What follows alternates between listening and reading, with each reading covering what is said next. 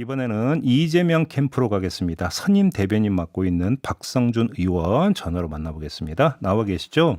네, 안녕하세요. 박성준입니다. 네. 자, 재난지원금부터 여쭤보겠습니다. 이낙연 캠프에서 매표 행위라고 규정을 했는데 어떤 말씀 주시겠습니까? 그렇게 얘기를 해야 되는지 좀 반문하고 싶은데, 일단 우리나라 지금 상황을 좀 봐야 되지 않겠습니까? 예. 재난지원금 이제 민생이 상당히 어려운 상황이고, 자영업자, 소상공인, 골목 경제가 어려운 상황에서 예. 이제 경제 선순환이라든가 국민에게 이제 유료하는 차원에서 재난지원금을 고려했는데, 1차 재난지원금이 이제 지역 화폐로 보편 지급을 하면서요, 선별 지급보다 매우 효과가 컸다라는 거, 그 점을 좀 강조하고 싶고요. 네.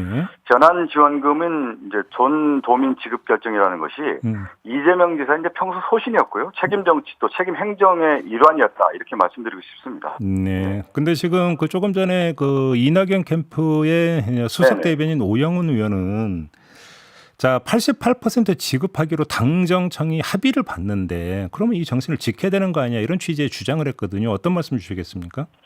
일단은 이제 민주당 입장에서는 전국민 재난지원금이 100% 지원이지 않았습니까? 그랬는데 그 과정에서 여야 협의 과정하고 기획재정부의 협의 과정에서 처음에는 이제 80%가 됐다가요. 최종에는 이제 88% 결정이 됐는데 이걸 두 가지 차원에서는 좀 얘기를 하고 싶어요. 큰 하나는 뭐냐면 이재명 지사님이 전도민 재난지원금 지급과 관련돼서는 첫 번째는 저는 우리나라 이제 정치의 근본 사상이 민본주의거든요. 네. 이제 국민이 근본인데 민본의 세 가지를 보면 민생, 민의, 민권인데 민생을 볼 때 헐벗고 굶주리고 쉴 곳 없는 국민에게 지원한다는 측면에서의 어떤 민생적인 차원이 있는 거고요. 또 국민의 뜻을 받든다라고 하는 민의의 차원, 또 국민의 권한이 있다라고 하는 민권적 차원에서 이제 하나 결정했다라는 부분이 있을 것 같고요. 두 번째는 이제 지방자치 본질이라고 하는 측면에서 지방정부가 있지 않습니까? 중앙정부도 있고 지방정부가 있는데 지방정부의 수장으로서 권한과 책임을 다하고 이것은 헌법이 보장한 지방자치 책무를 다하는 것이다. 이렇게 이제 접근을 해서 이 문제를 바라볼 필요가 있다. 그리고 이미 긴급 재난지원과 관련해서는 지방자치단체의 권한에 의해서 뭐 완주형 또 대구 같은 경우도 그렇고요. 또 경남 양산, 거제, 제주 이런 지방자치단체 이미 실시를 하고 있습니다. 그래서 이 차원에서는 지방의 어떤 그 책임과 결정과 권한에 의해서 할 수 있는 부분이 있다. 지방자치 본질과도 부합하는 것이다. 이렇게 말씀드리고 싶습니다. 그러면 한번 이렇게 여쭤보겠습니다. 지금 이거는 이제 그 경기도 차원이 아니라 중앙정부 차원에서 재난지원금 요번이 5차죠? 네네네. 그러면 지금 그 5차까지 오는 동안에 네네. 그 경기도에서는 항상 그러면 중앙정부의 재난지원 말고 경기 전 도민을 상대로 한 지원금을 매번 지급한 적이 있었습니까? 매번 지급했나요?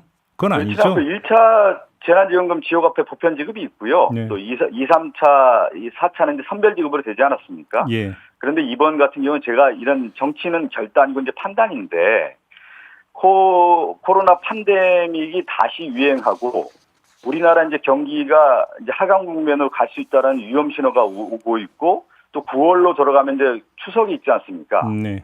그러면 국민들 입장에서는 경제가 선순환 구조가 되고 어느 정도 예측 가능한 것이 돼야 되는 건데 만약에 불경기가 되고 위기 국면으로 갔을 경우에 걷잡을 수 없는 상황이라고 하는 것이 올 수도 있다. 그렇다고 할 경우에는 선제적 대응이라는 것도 저는 필요하다고 봅니다. 아니요, 그러니까 제가 질문드리는 취지는 지금 그렇게 이제 전 도민들의 생활과 이런 것들을 염려하고 지원하기 위한 차원이라고 한다면, 네네. 그럼 왜 2, 3, 4차는 건너뛰고 5차 와서 다시 지급하느냐? 바로 어떤 경선이니까 목전에 있는 상황에서 이런 의심을 살 여지가 있는 것 아니냐라는 취지의 질문이거든요. 네, 뭐 그런 지적을 할 수도 있을 지금 뭐 앵커가 그런 지적을 하는데 그렇게 볼 필요는 없을 것 같고요. 예. 우리가 볼 때는 상황 인식이라는 게 있지 않습니까? 네. 그러니까 1차에서는 가장 어려운 상황이었다는 데에서의 지역 화폐 보편 지급이 타당하다는 결정을 내린 거고 지금 상황에서 봤을 때는 정말 절대절명의 어떤 위기일 수 있다라는 상황에서 이번 전도민 재난지원금을 하는 결정을 내렸다 이렇게 볼 필요가 있을 것 같습니다. 그런데 2, 3, 4차 때는 상황이 지금보다 덜 심각했다는 지금 취지의 말씀이신 것 같은데 글쎄 그 동의될 수 있을까요? 그런 아니 그 과정상에 있는 문제이고요. 네. 또 정책이라고 하는 것은 이제 판단의 문제 아니겠습니까? 지금 판단했을 때 이제 그 결정을 내렸다 이렇게 알겠습니다. 자, 아무튼 그 이낙연 캠프에서 제기했던 두 번째 문제는 지금 이거는 그러면 당연히 이제 그 경기도 예산 집행의 문제니까 경기도 의회를 거쳐야 되는데 경기도의회 의장은 전혀 상의가 없었다라고 지금 이야기를 했는데 왜 그렇게 일방적으로 발표를 하느냐 이런 지적을 했는데 이거 어떤 말씀 주시겠습니까? 지금 과정상에 보면은 31개 시군구 단체장하고요. 네. 도의회 대표단의 요청에 따라서 협의 끝에 이것을 결정한 것으로 알고 있습니다. 그러니까 절차적인 과정에서 큰 문제가 없는 것 같습니다. 아 그래요? 예. 근데 아무튼 그 의회를 거쳐가야 되는 건 맞는 거 아닙니까? 예산 집행 문제니까. 그 도의회 대표단의 요청에 따라서 이제 결정을 한 건데 네. 지금 상황에서 봤을 때 이 보편적 지급이라고 하는 타당성이 분명한 것이고 도의회 차원에서의 어떤 제안도 분명히 있지만 그리고 31개 시군구 단체장들이 이제 그 요청을 한 거 아니겠습니까? 그런 차원에서 예.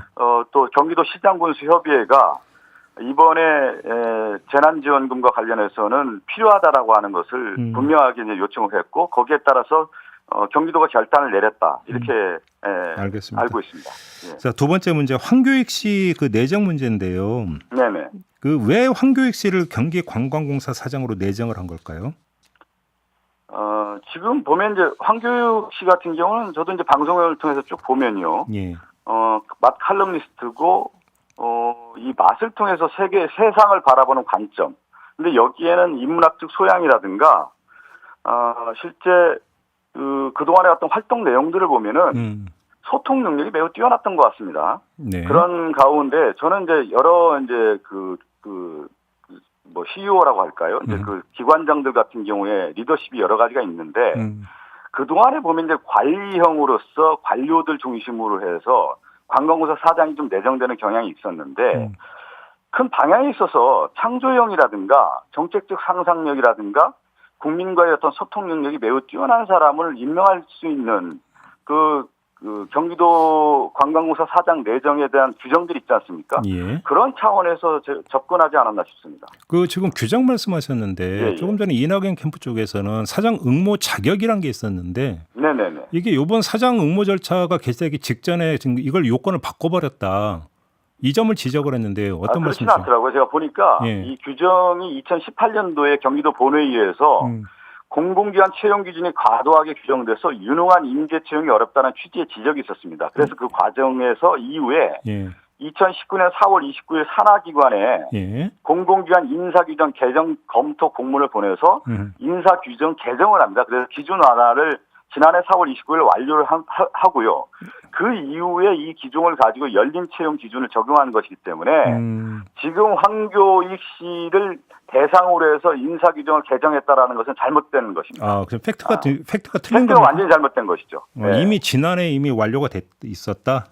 예. 규정 그러니까 자체가 이 황교익 씨를 대상으로 해서 규정을 바꿨다라고 하는 주장은 지금 완전 팩트가 잘못된 것입니다. 알겠습니다. 그다음에 두 번째 제기했던 문제는 황교익 네네. 씨가 형수 욕설을 두둔하는 거를 비롯해서 이재명 후보를 계속 지원을 해왔기 때문에 이거에 대한 보온 차원 아니냐 이런 지적인데요. 아니 모든 인사에 있어서요. 네. 전문성이라든가 그 자리에 갈 수 있는 합리적 타당성이라고 하는 부분을 받아들일 때 그 자리를 가는 것이지 한 개인적 부분을 가지고 어떻게 인사를 하겠습니까? 그리고 기관장이 됐든 아니면 이제 이렇게 도지사라든가 큰 일을 하는 입장에서는 객관적 타당성, 그 자리에 갔을 때 그 직원들이 바라보는 눈이 있는 겁니다. 예. 그 기준에 부합되지 않은 인사를 했을 경우에 그것을 어떻게 타당하겠습니까?